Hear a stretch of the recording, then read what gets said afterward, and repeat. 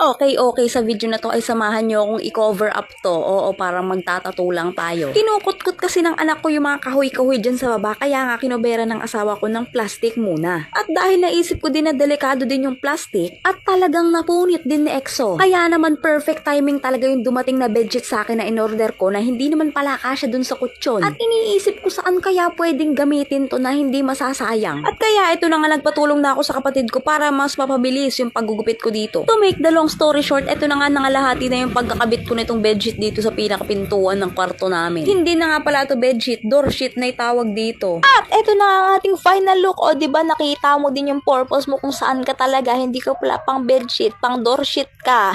Tinupi-tupi ko nga lang pala yung gilid niyan at ginamitan natin ng pangmalakasan nating stapler. Hindi nga lang pala pangkaraniwang na stapler yung ginamit ko dito dahil ito ang tinatawag natin na gun tacker. Yes, ito nga yung ginamit ko para matapal ko ng maayos tong bedsheet dyan sa pinto namin. Nabili ko nga lang pala to sa murang halaga, 100 plus lang, oo. Tapos may libre na din siyang mga bala, yes. Gamit na gamit talaga namin to dito sa bahay. Kaya naman kung may i-repair kayo dyan, ididikit o ikakabit, ay ito talaga ang mare-recommend ko sa inyo. Kaya i-click nyo na yung link sa baba. Thank you, bush!